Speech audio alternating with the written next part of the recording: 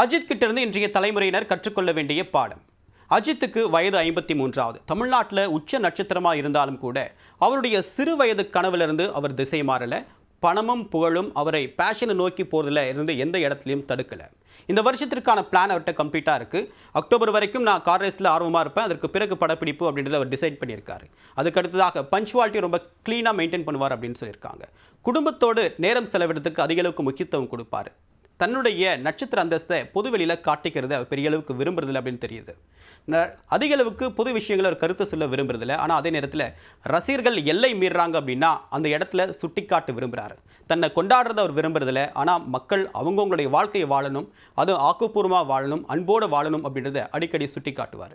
அதுக்கு அடுத்ததாக அண்மையில் நடைபெற்ற ரேஸில் அவருடைய தலைமை பண்பு வெளிப்பட்டிருக்கு. முக்கியமாக இந்த ரேஸ்க்கு, குறிப்பாக 24 hours கண்டினியூஸ் ரேஸுக்கு ஒதுங்கி இருந்தால் அணி வெற்றி பெறும் அப்படின்னு அவர் விரும்புறதுனால உடனடியாக எந்த விதமான தயக்கமும் இல்லை. தான் இந்த அணியுடைய உரிமையாளர் அப்படின்ற எந்த இடத்துலையும் அவர் பந்தா காட்டலை. அதுக்கு ஒதுங்கி நின்று அணி வெற்றி பெற உதவினார். ஸோ இதுதான் அஜித் கிட்ட நம்ம கற்றுக்கொள்ள வேண்டிய பாடம்.